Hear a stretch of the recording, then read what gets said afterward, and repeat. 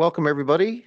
And this is not an April Fool's joke, but welcome to our council meeting on April 1st, 2025, the day before Trump's tariffs. I see everybody's back. Deputy Mayor, good to see you again. And we have some people here representing the thoughts and families of those with epilepsy. So we'll do that now momentarily. But first, we have an agenda. There's nothing outside the kit. I'll call for a motion, please. Thank you. Moved by Councillor Rice, seconded by Councillor Antle. All in favor? Aye. Opposed? Carried. Thanks, everybody.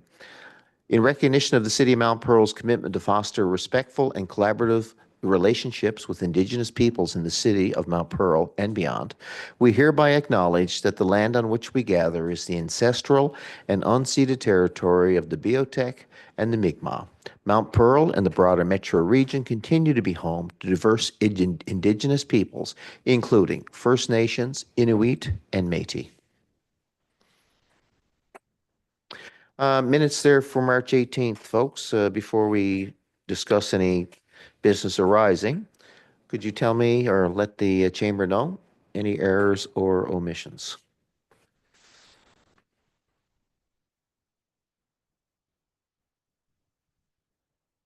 Job well done. Thank you, everybody. We need to adopt those minutes. Moved by Councillor Lane, seconded by Councillor Fry. All in favor? Opposed? Carried. Business arising, please.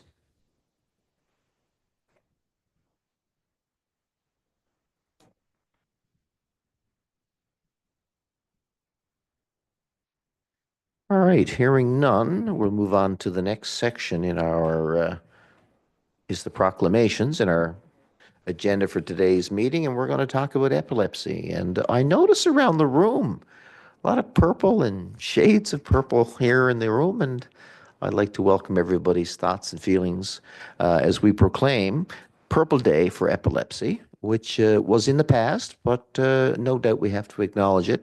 And I'm joined by Eamon Fogwell and Courtney Abbott, who are our Youth of the Year. I think Eamon's going to speak to his experiences with epilepsy. And we're also joined by Eamon's mom, Sherry, as well. Could I invite you all to come up while we read the proclamation, please?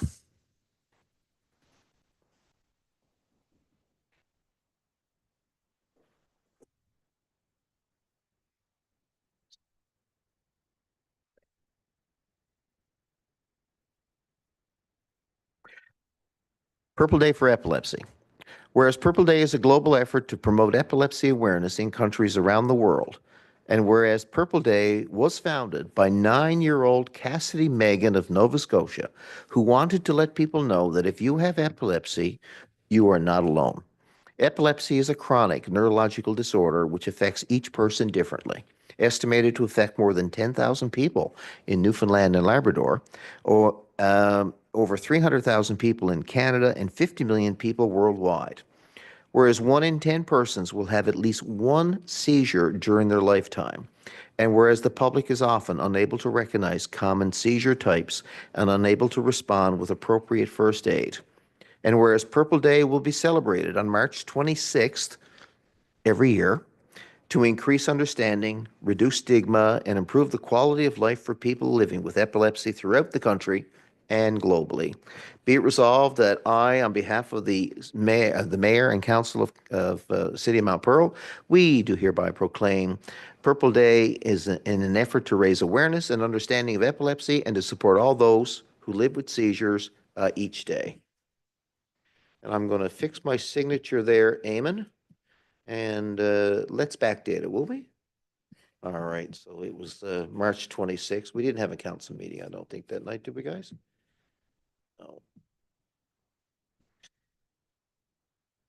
Now, welcome, and I invite you to talk about what's important to you about declaring Purple Day for Epilepsy. Eamon? Thanks, Mr. Mayor. Well, epilepsy, as you said, is a big global issue. It's something a lot of people face. And I just think the general public really doesn't know as much as they could about it. There's so much that comes along with being diagnosed with epilepsy, right? There's a sort of feeling you get of being different from my personal experience, I was diagnosed when I was 12, and I definitely did have this feeling when when I was diagnosed of being different from my classmates. Fortunately, I had a great group of friends who I was able to educate on this. I taught them, well, me and my parents also helped teach them how to use my emergency medication, what to do if I have a seizure.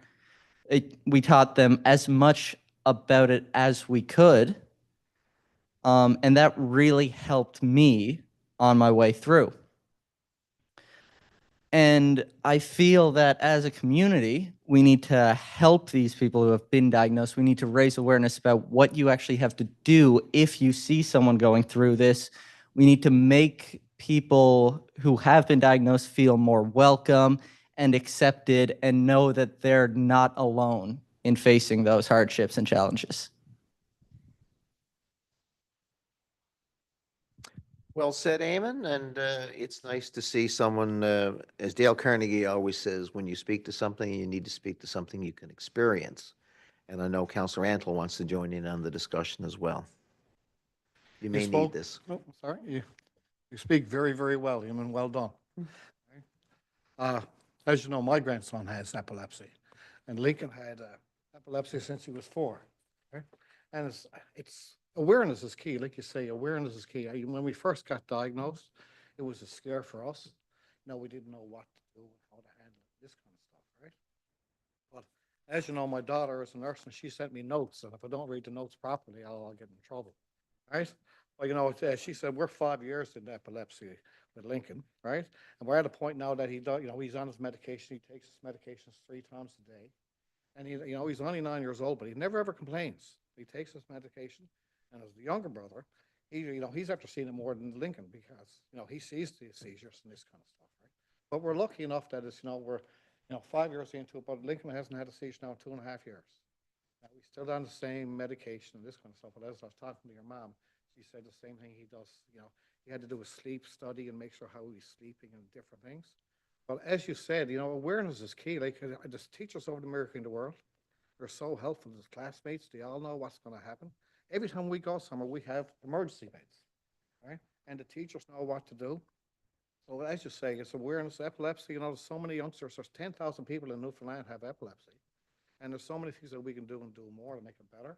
But awareness is key, and thank you very much. And somebody asked, how can we help? Like the Epilepsy Society, they're ready to go out of the way to help families. But they have a place on Kemart Road that you can drop off clothing and household items, and they sell that product to make money and they raise money. So if you're looking for anything, you want to get any donations, bring it out to Kemart Road and drop it off, and they're certainly appreciate it. And I can go on, but I won't. But thank you very much, Eamon, and you speak so well. Keep it up. Thank you, Councillor. Councillor Lane, please. Yes, Eamon, so well said, and we're so proud to have you here, and also as one of our Youth of the Year this year as well. I actually have a question for your mom, because I'm a parent of 3 myself, and I can only imagine the diagnosis and all that you've gone through as a mother when Eamon was diagnosed. And I was wondering, what's one piece of advice that you could give to another family whose child has just been diagnosed with epilepsy? Well, I'm not as well spoken as Eamon, but I'll do my best. I get asked that a lot because we're pretty open about the fact that he has epilepsy. Because one of the things, I read a lot. So if something happens, I have to understand it. So I read and read and read. One of the things that I was reading about when he was first diagnosed was social outcomes are really, there are kids that have irretractable seizures. And that's another whole category. But when kids are controlled on medication, one of the concerns for parents is the social outcomes. Are they going to integrate well with other kids? You're afraid to let them go to the park. You're afraid to let them climb a tree. You're afraid to let them do all these things. And so we really try to normalize it. So my advice to a parent would be to be as open as you're comfortable with, because they need to feel like they're just like any other kid. And as long as their friends know what to expect and everybody knows what to expect, they can turn out pretty good.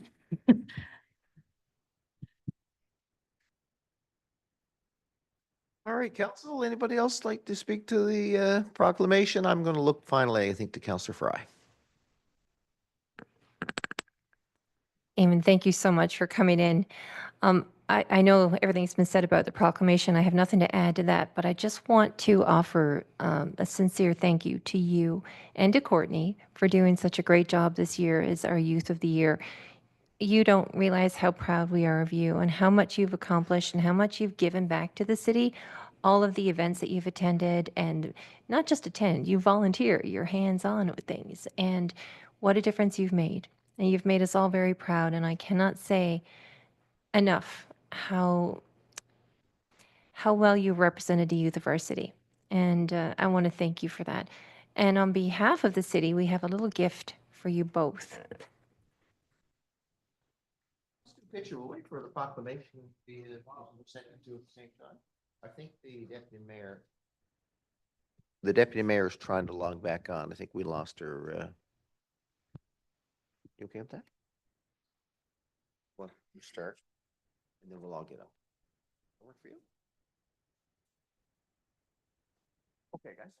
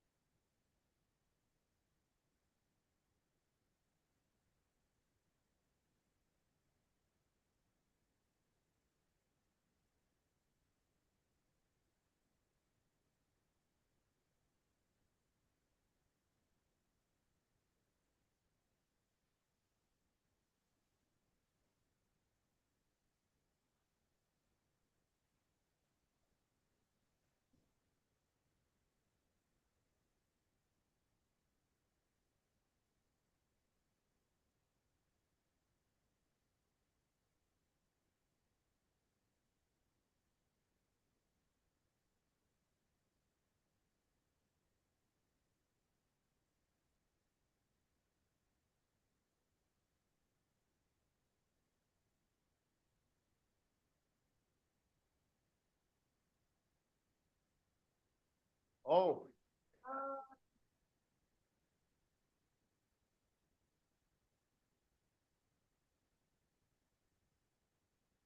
We'll do a post on the social media for the picture. Here we go.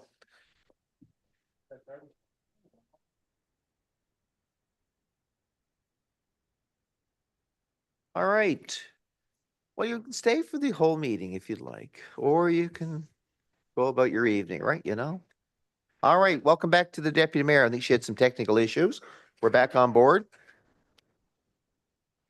I have been reminded that there was 2 sets of minutes that needed to be approved.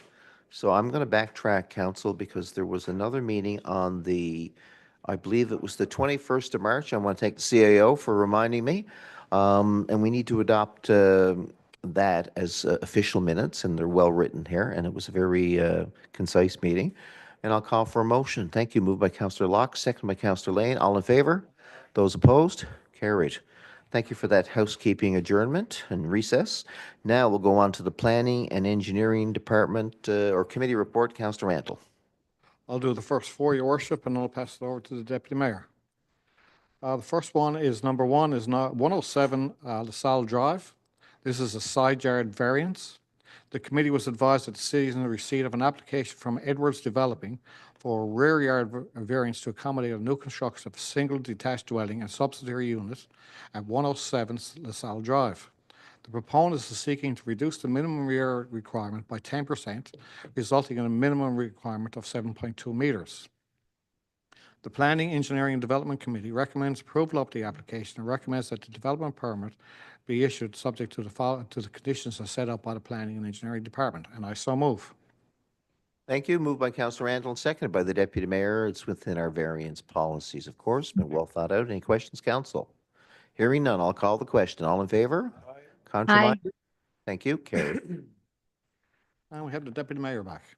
Number 2 is 7 Stonegate Crescent. This is the proposed family childcare use and it's discretionary.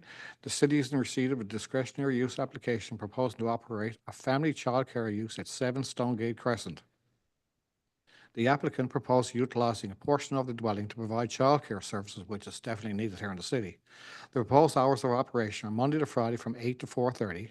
There will be visitors at the home twice a day just to drop and pick up the children.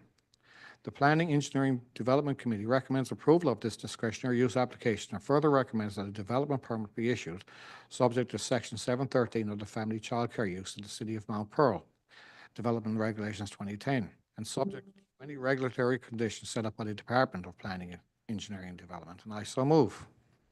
Thank you again. Councillor Antle moved it and Deputy Mayor Kiley seconds it. Thanks again. All in favor? Aye. Those opposed? That's carried. Moving right along. Sorry, folks.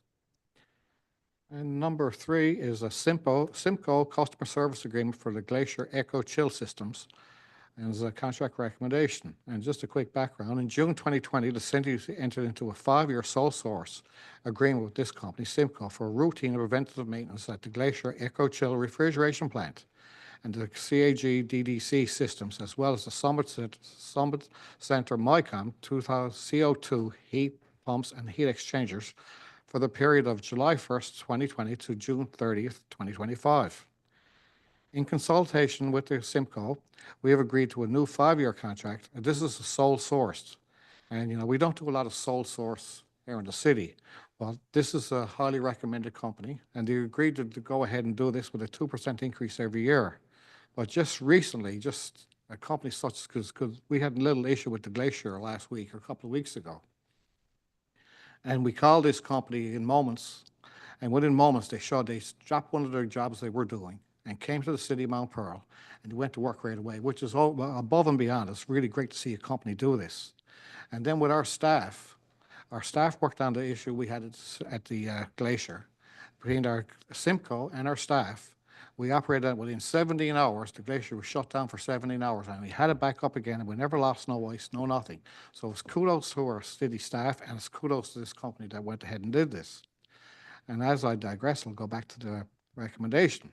The Planning, Engineering, and Development Committee recommends awarding the contract, entering into a customer service agreement with Simcoe for the routine and preventive maintenance of the Glacier Echo Chill refrigeration plant and the CAG DDC system, as well as the Summit system, MICOM CO2 heat pumps for the period of July 1st, 2025 to June 30th, 2030 at the annual cost of $54,423.75, HST included, which is an annual cost inflation of 2%. This is a fabulous deal, and I so move. It is moved by Councillor Antle, and thank you, seconded by the Deputy Mayor. Director Batt, we talk about sole source, but really, there is no third party out there that can work on a Simcoe-related machine. I think that's, so to speak, our hands are tied. As Councillor Antle says, the contract was reasonable. What other options could we have had? As this is a Simcoe product, to upkeep with the warranty and keep this very important piece of equipment operating, it was deemed that going with Simcoe was the prudent choice here. So this is why it was important that we sole source to Simcoe, as they are the ones experienced with the system. Council, any questions before I call the motion? Well delivered, Councillor Antle.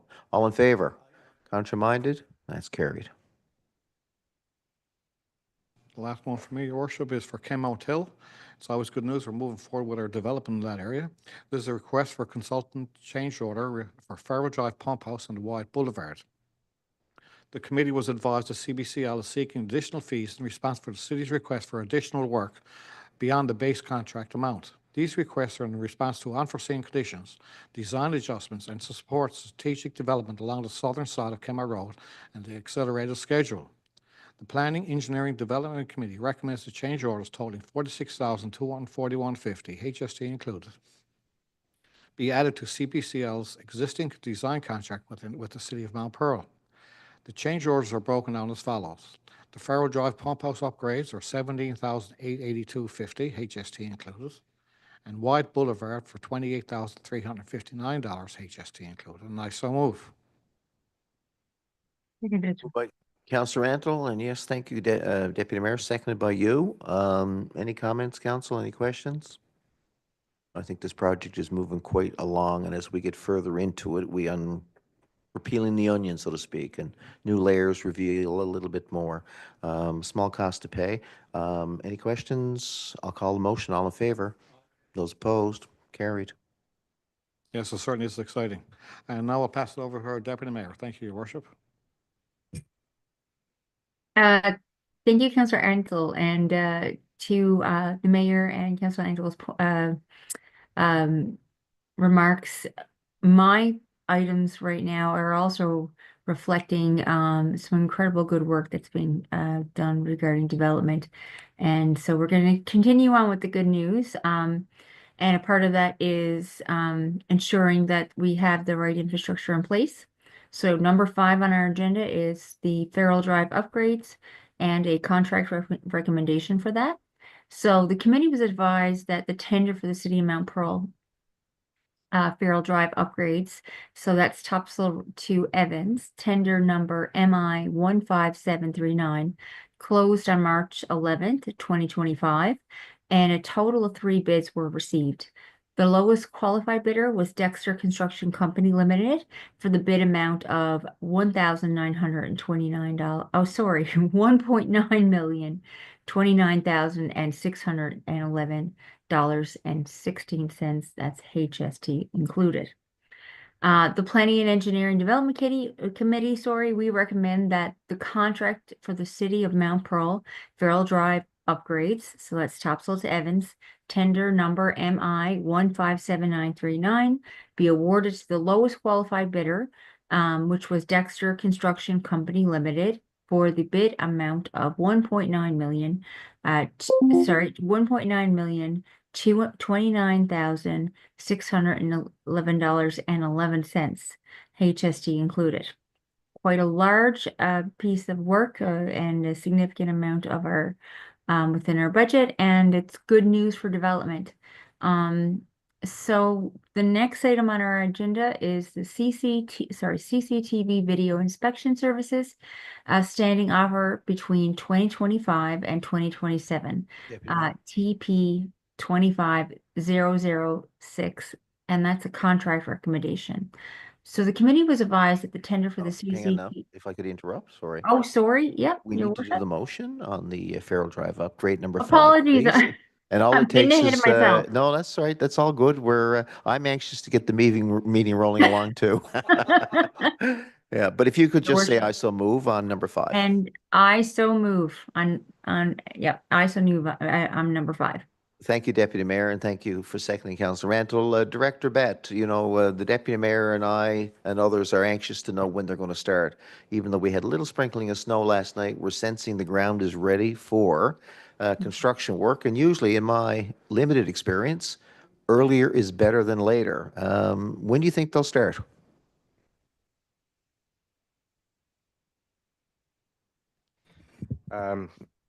With this now being approved to award, it generally takes a few weeks for a contract to get in place, but as long as there's no frost in the ground, I would expect that construction will start very shortly thereafter.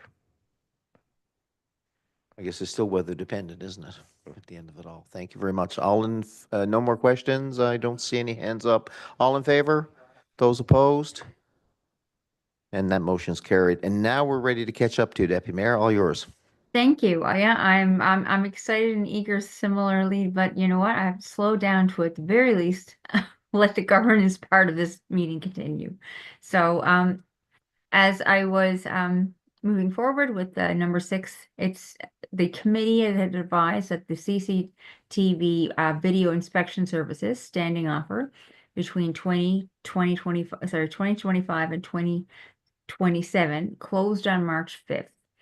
2025, and 2 bids were received. The lowest qualified bidder was Afonso Group Limited, with a bid amount of $421,820.00 annually, and that is HST included. And it's important to note that the time and materials contract, which was available by multiple city departments, is expensed against the department's operational or capital budget.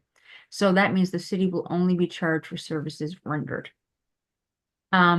With that in mind, the Planning and Engineering Development Committee recommend that the contract for the CCTV video inspection services standing offer between 2025 and 2027 be awarded to Afonso Group Limited for the bid amount of $421,820.00 annually, and that includes HST, and I so move.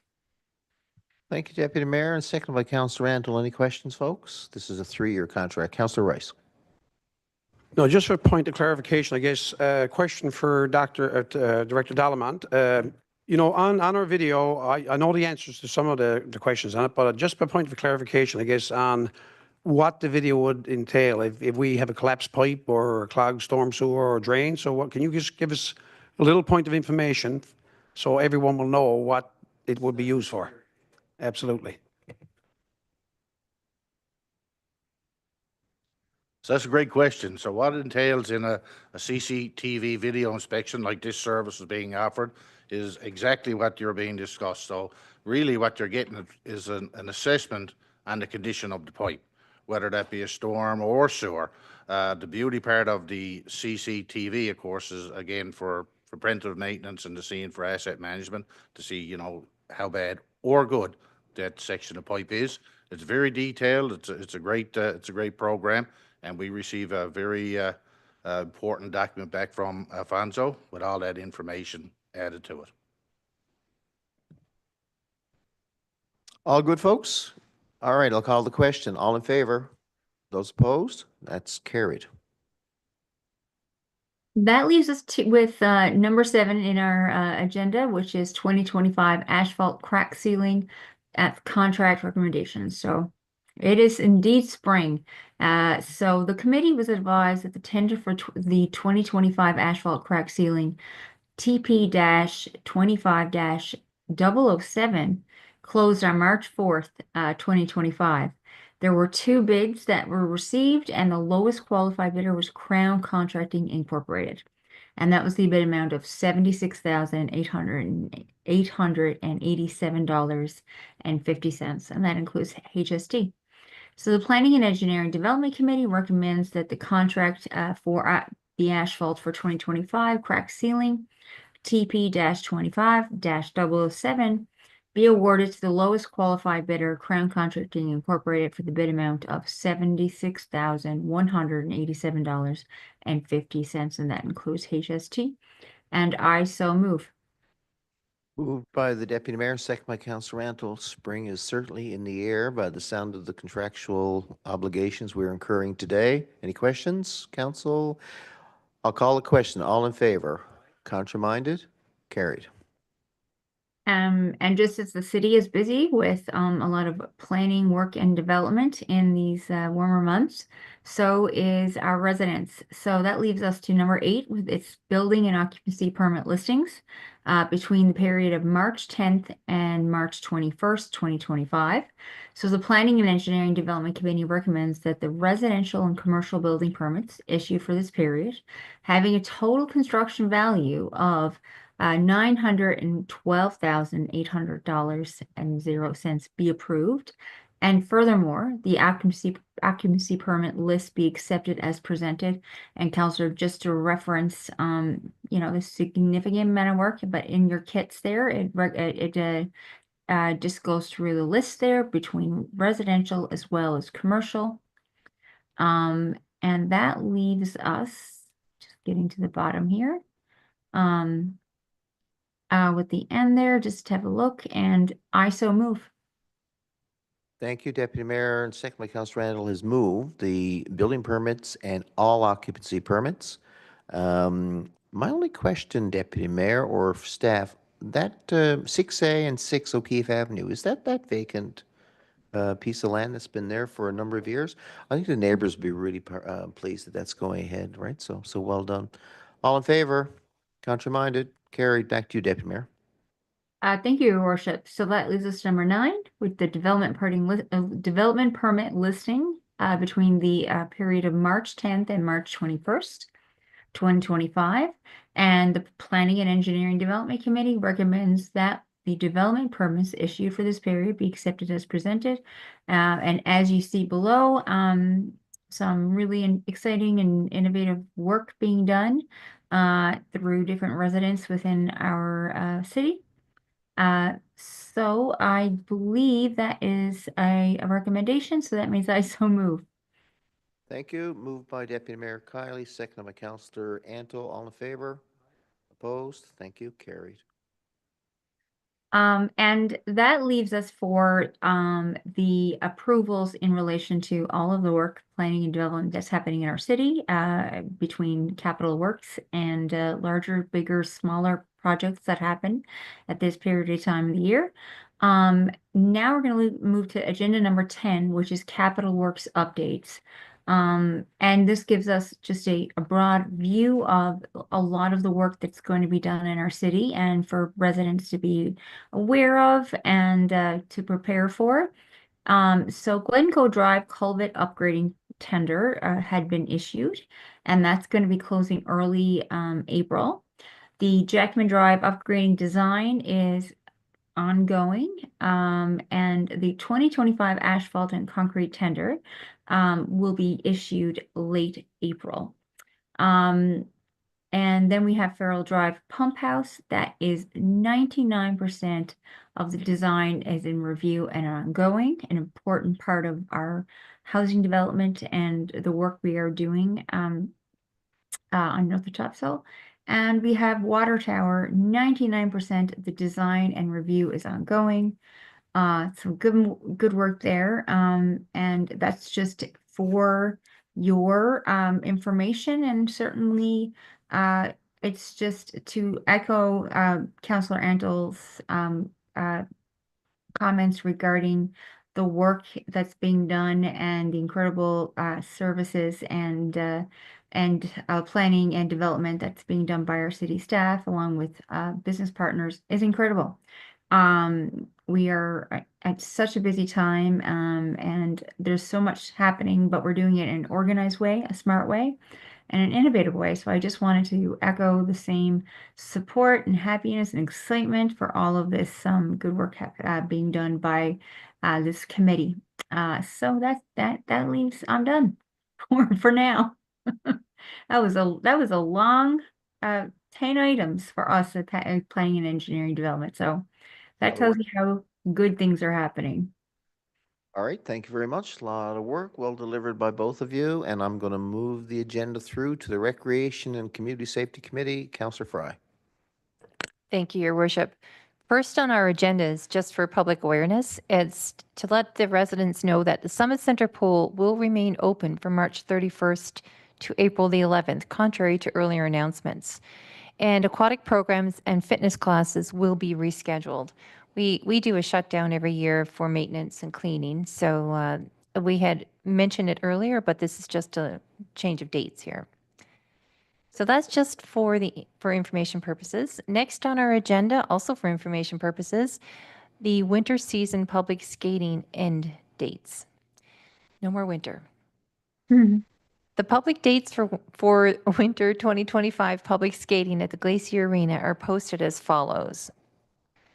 The family skate will be Sunday, April the 13th. The general skate will be Tuesday, April the 15th. And adult noon skate and parent taught skate will be Thursday, April the 17th. So public skating will resume in September for the fall session, and the dates will be published once they're finalized. Again, that's for information purposes. Next, we have our winter parking ban. Now, this is always something that residents are interested in. The winter parking was lifted effective midnight, March 31st. However, it's important to note that in the event of a storm, which could still happen, the ban will come back into effect for the duration of the storm and for 12 hours after. And that's to give our crews an opportunity to clear our streets, of course. Next on our agenda is just a notice to motorists, cyclists, and pedestrians regarding city streets, crosswalks, and intersections.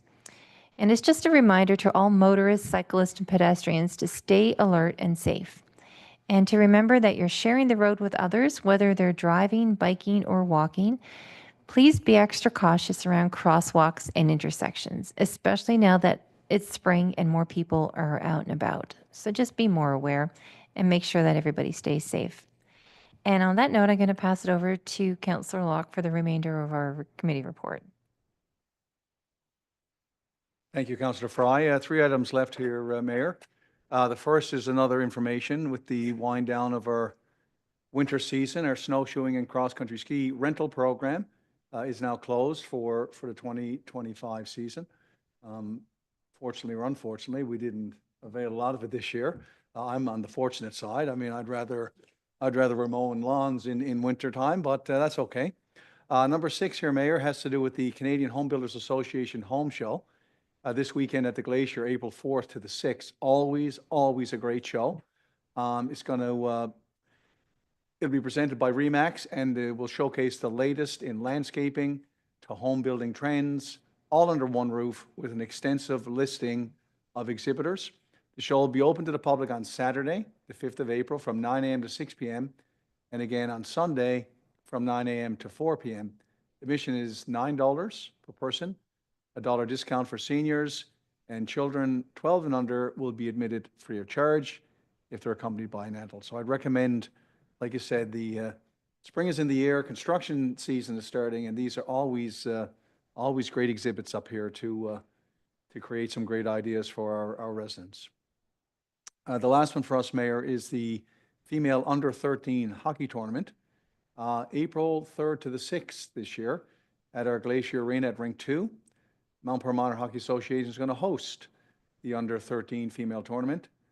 This tournament will be made up of 8 teams from across the province competing for the Hockey Newfoundland Labrador under 13 female banner. Good luck to all the teams participating in this tournament. And as always, we welcome all of these teams and their parents and coaches and managers to the beautiful city of Mount Pearl. And that's it for our report, Mayor. I thank you. Thank you both. We're going to turn now to Corporate Services and Public Works. Councillor Lane. Thank you very much. The first item on our agenda is the invoices for approval. The committee recommends that the following invoices totaling $183,707.03 be approved for payment. Council, as you can see there in your kit, and I so move. Moved by Councillor Lane, and thank you. Second by Councillor Rice. Any questions? Short list today. Call a question. All in favor? Those opposed? Carried. Okay, the next item on our agenda is the payment register.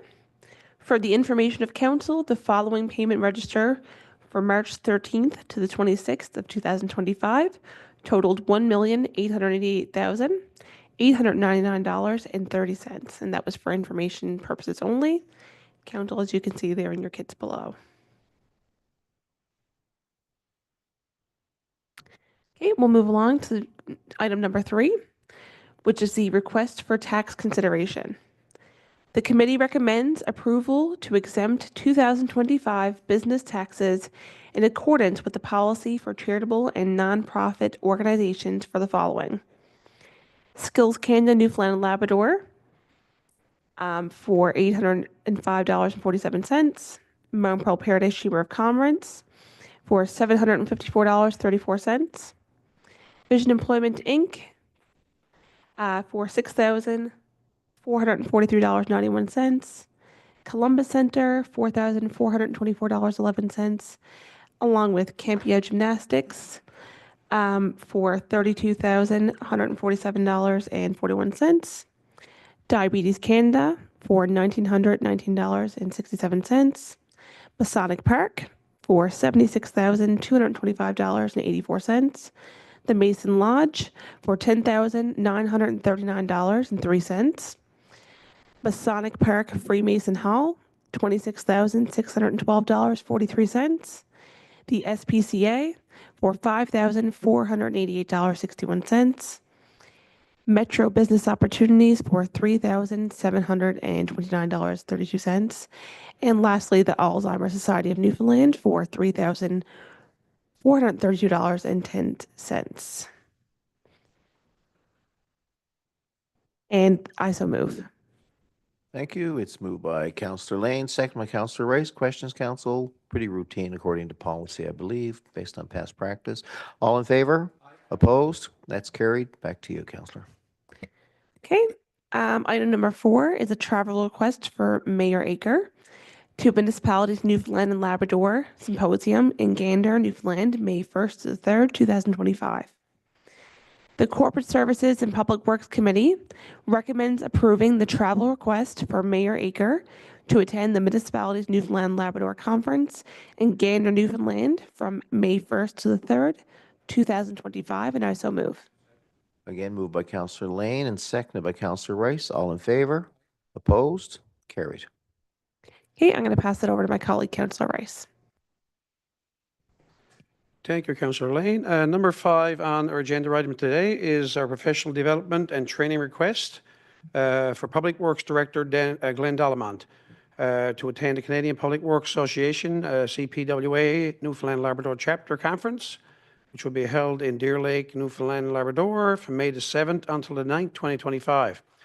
Corporate Service and Public Works Committee recommends approving the Director of Public Works to attend the Canadian Public Works Association Newfoundland Labrador Conference in Deer Lake, Newfoundland Labrador on May the 7th to the 9th, 2025, and I so move.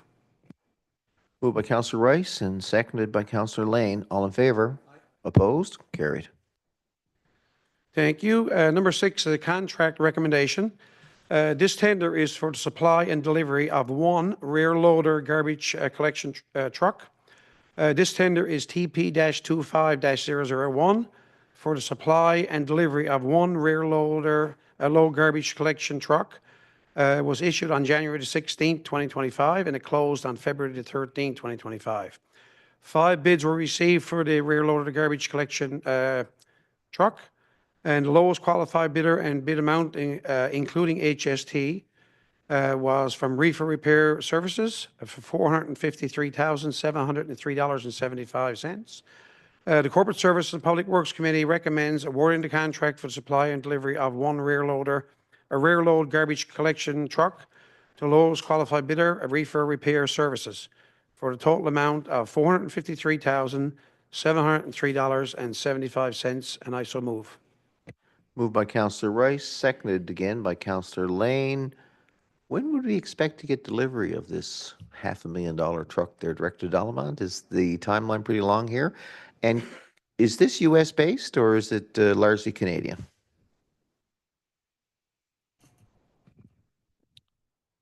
Thank you.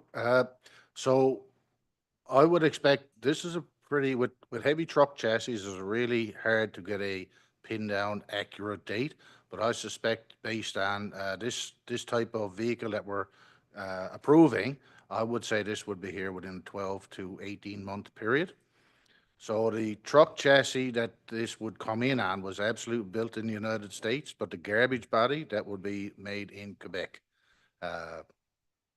So yes, it'd be a combination of a U.S. truck chassis and a Quebec built garbage body. So I'm just wondering out loud here, in terms of the bid processing, we weren't in a position perhaps to exclude any American content at this point. CIO, please. No, not at this point. We're not in a position through the procurement review to make any exclusionary practices. The policy's under review, but at this point in time, we've tendered, the price is secured based on our procurement policy with the contract. So we'll be, we should be removed from any tariff implications for that. But in terms of showing a preference, at this point, the only lever we have is a 10% increase based on buy local strategies. But other than that, there's been no exclusionary measures.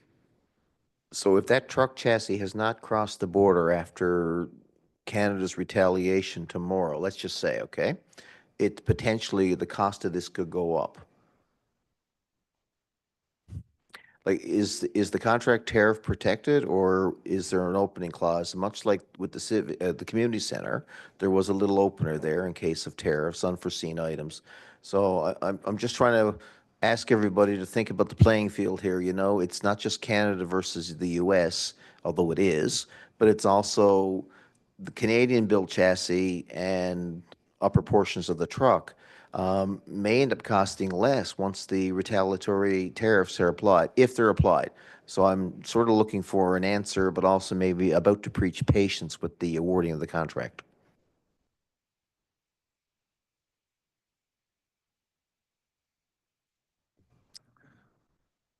I don't know for sure, but I suspect that the truck is already built and in Canada. That's the way this works. Like, we wouldn't be waiting for a bill for this specific truck if the truck chassis is already built, which I suspect it is, but I can't confirm that right here now. Right. So what to do, I guess, because, you know, the President of the United States has promised tariffs tomorrow, and likely countries like Canada and the rest of the world, for that matter, are going to retaliate.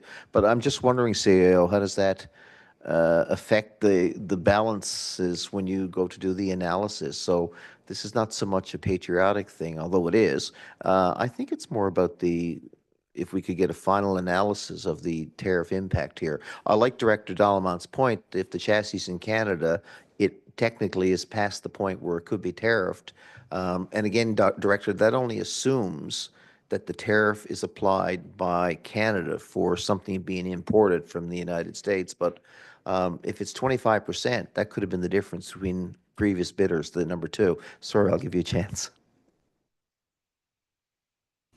No, I mean, that's okay. And that's exactly what we're looking into now in more detail on existing and also upcoming tenders and RFPs. One thing I can say is we're looking very closely at the contractual language in our tenders and RFP packages to ensure that we have some tariff protection. Specifically, as it relates to this tender, my understanding is it's the general terms and conditions contract, which does not have a scalable cost. So it would be the cost that we tender without additional incremental purchases. I know we've got one under review, for example, that has a different contract. So it's all that to say, it's a work in progress. It's under review. In terms of how we protect future purchases, that's a matter of looking at our purchase schedule for the next foreseeable future and looking at our contracts more closely. And that work is underway. But the award is still solid here. If we approve this today, we're escaping any potential retaliatory tariffs that Canada may impose on United States imports. Is that correct? Yes. Further, we've done an analysis of, and we'll continue to do, any incoming bids to see if the first and second would have a differential of more than 25% if anything were to change. Council, any questions? We haven't called the motion yet. Councillor Rice, please. No, it's very ironic on the price. I mean, I'm looking at the price here, and since my term on council, I know we had, I don't know the exact figure, but we had the conversation on the price increase since COVID and the demand on somewhere around 25, 30%. And now we're having a conversation on the tariffs. So, I mean, we're all so concerned around the table here because it's a big impact on our budget, or what we're going to do this following year going forward. Our tax base is not increasing that much, and it's really concerning to all of us around the table because right now we got hit with the COVID pricing that never ever went down, and now we're talking tariffs. So we're really concerned around the table. So hopefully we can get something settled between Canada and the U.S. Hopefully. All right, so we're motioning a Canadian-built garbage truck on a non-tariffed U.S. chassis, okay? So we're perfectly clear. All in favor? And those opposed? Carried. Thank you, Worship. Number 7 is our contract extension recommendation for traffic control services. This is our maintenance part of the traffic control services. So it will be our TP-22-029. So on August the 30th, 2022, the city issued a tender, TP-22-029, for traffic control services maintenance. Upon tender close on September the 15th, 2022, tender submissions were evaluated and awarded to the sole qualified bidder, Black & McDonald Limited, on October 19, 2022, for the period of October 19, 2022 until October 18, 2025. For the bid amount of $138,971.87, HST included. This contract, RFP-22-029, had an option to extend for 1 year for a one-year term from October 19th, 2026 until the same term and the conditions provided under the parties' agreement, or the parties agreed. The procurement administrator consulted with Black and McDonald Limited regarding the potential extension, and they agreed to extend the contract for additional one-year term at the same terms and the conditions of the existing contract at the discretion of the city. The Corporate Service and Public Works Committee recommends the extension of the existing Traffic Control Services contract, RFP-22-029 with Black & McDonald Limited for additional one-year term for the period of October 19, 2025 until October 19, 2026 at the same terms and conditions of the existing contract. And I so move. Thank you. Moved by Councillor Rice and seconded by Councillor Lane. Any questions? I'll call the question. All in favor? Contraminded? Carried. Thank you. Last part of our report tonight, this evening, is our Public Works Status Report. So the following status reports is provided for information purposes only. Under our roads division, our winter shift schedule is ongoing. Our ice control is required as needed. Sidewalks and street sweeping is underway. Litter cleanup, seeing all the snow is gone now and hopefully stays away, is ongoing. Our trail maintenance is ongoing under our Parks division. Under our fleet division, we have service and maintenance is continuing on our equipment as needed, and our summer equipment preparation and maintenance is underway. Under our UTM division, general calls for our leak detection, general calls for leak detection is ongoing. Water and sewer repairs as needed, and our water levels at Bay Bulls Big Pond as of March the 24th, 25 is attached right there in your report. And that's it for our report, Your Worship. Thank you. No, thank you very much, both of you. Roundtable time. I'm going to start with Councillor Lane, please. Thank you very much. Just one item for me. I want to set a big congratulations to O'Donnell High athlete Joe Philpott.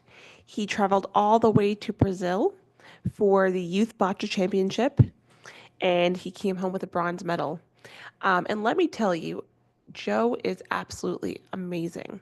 He was the only one there. So Joe has CP, cerebral palsy, and he was the only one there playing bocce with his feet. And you should have seen him. We watched him on the big screen on the smartboard in school, and you should have seen him play. It was so impressive. And then when I see him today was his first day back after a trip, I said, "My gosh, Joe," I said, "Congratulations." And he just grumbled at me, and he said he wasn't used to the texture of the flooring, so it threw him off playing his game. So, of course, Joe wasn't content with the bronze. Well, that's a huge feat. Joe was not impressed. So congratulations to Joe. Everyone at O'Donnell is super proud of him. Thank That's you. it for That me. was FEAT, right? Councillor Fry, please. Thank you. Just a couple of things for me. Just want to remind public that nominations are being accepted for the Focus on Youth Awards, as we had our 2 Youth of the Year here earlier. These awards are designed to honor youth who make outstanding contributions to the community in the areas of arts, sports, self-improvement, volunteerism, and science. So nominations must be submitted by Friday, April the 4th. And for more information, you can visit the city's website for a nomination package and forms. And I really encourage people to take a few minutes and nominate somebody. You know, it makes a big difference and it goes a long way. And there are a lot of deserving youth and they deserve to be nominated. Next, for me, is a reminder to residents of the spring registration dates for the general fitness and the seniors independence fitness classes will begin on April the 15th, and that's for residents, and on April the 17th for non-residents. And all information is posted on the city's website. And that's it for me, Your Worship. Thank you. No, thank you. Good plugs. Councillor Locke. Thank you, Mayor. Just 2 for me. The first, we received notification today from our CEO that the skateboard park is going to be closed for the remainder of this week, and that's due to the construction that's ongoing with our new community center. As always in the city of Mount Pearl, safety is top priority. So notice has been sent out, and we'll put it on all of our socials, and I'm sure our friend at the Pearl will post it as well. But that's for information for our residents. Again, for the rest of the week, no skateboard park or skateboarders can't access our park. The last one for me is the breakfast and brunch with the Easter Bunny, which is always a lot of fun. It's going to take place on the 19th of April. Tickets are now available for purchase online. So hop on over to the city's website for the details. Sorry, I didn't write that. I just read it. But I got to say I enjoyed it. Thank you, Mayor. Happiness is an Easter brunch, eh? Yeah. Counselor, Deputy Mayor, I should say.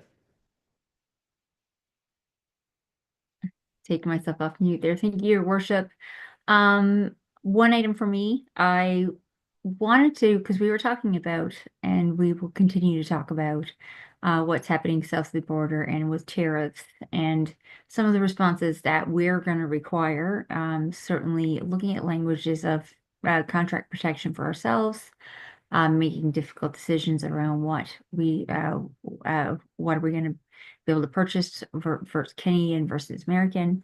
Here is something that just ended, and I know we had it going for a while, but I think it's just a great initiative, and it's worth a while of taking a look at the Support Local contest, and a lot of submissions from there.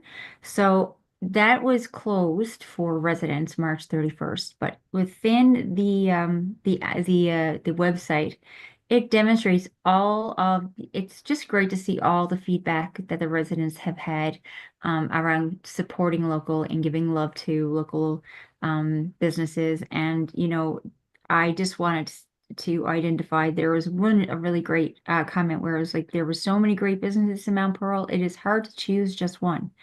And but it goes on and on the list, and it talks about how great the staff are, how great the support is within the organization or business, how great the food is, all of those sort of things around our city. And it certainly makes you proud, and it certainly demonstrates our commitment as residents to supporting local.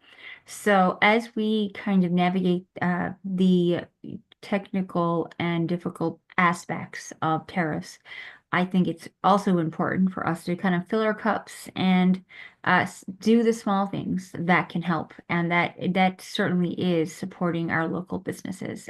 So thank you for everybody who entered and won the and put their names forward for the contest, and thank you to our corporate services team for putting out such a great initiative, because it highlights all of the good work that's happening with businesses within our community. And that's me.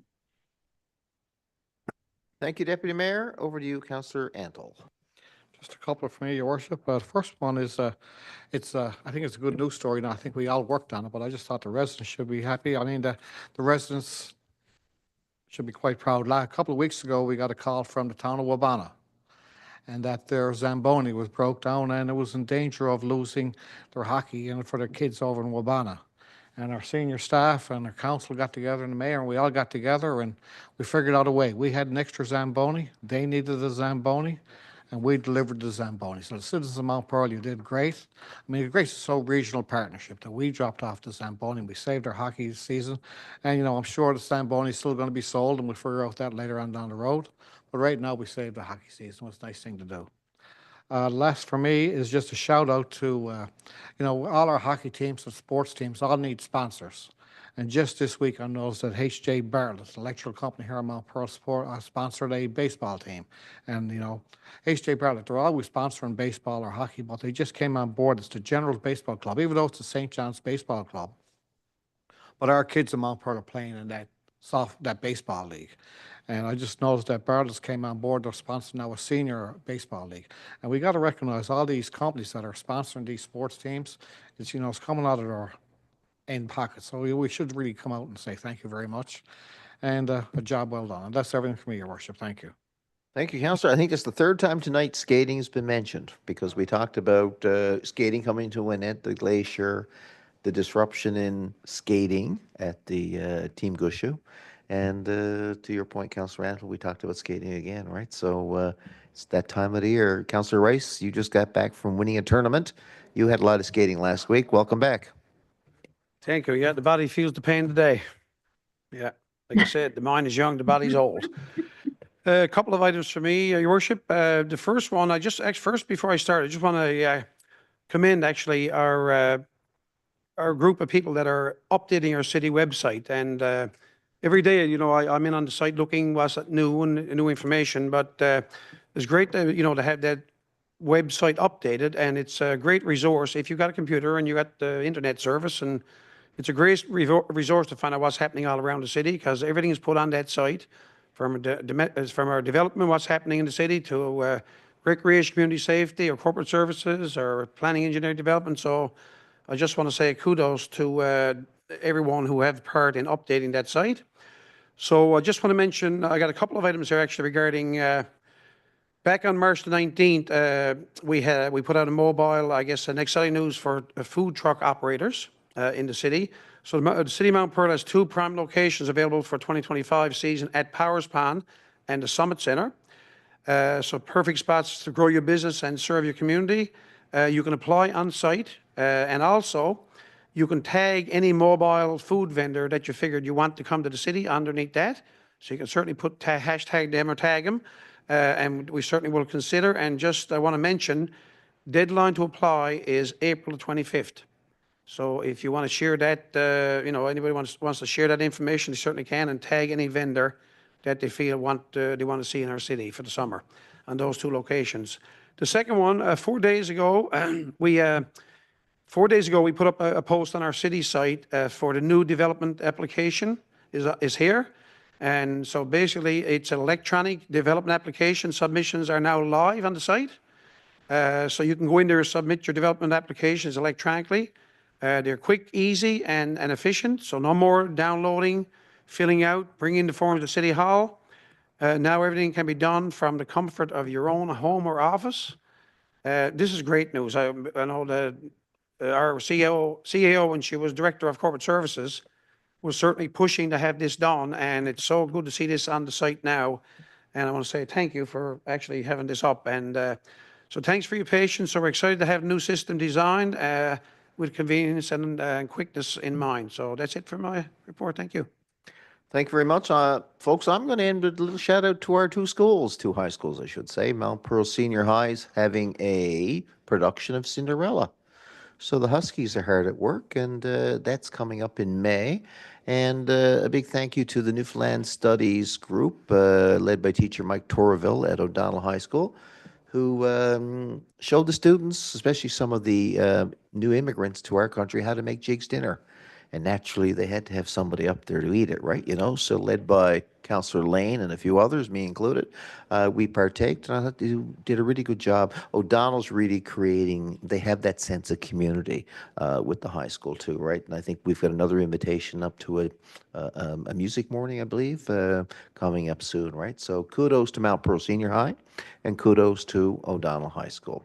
And on that note, moved by the Deputy Mayor, thank you, seconded by Councillor Lane. For adjournment, we are adjourned.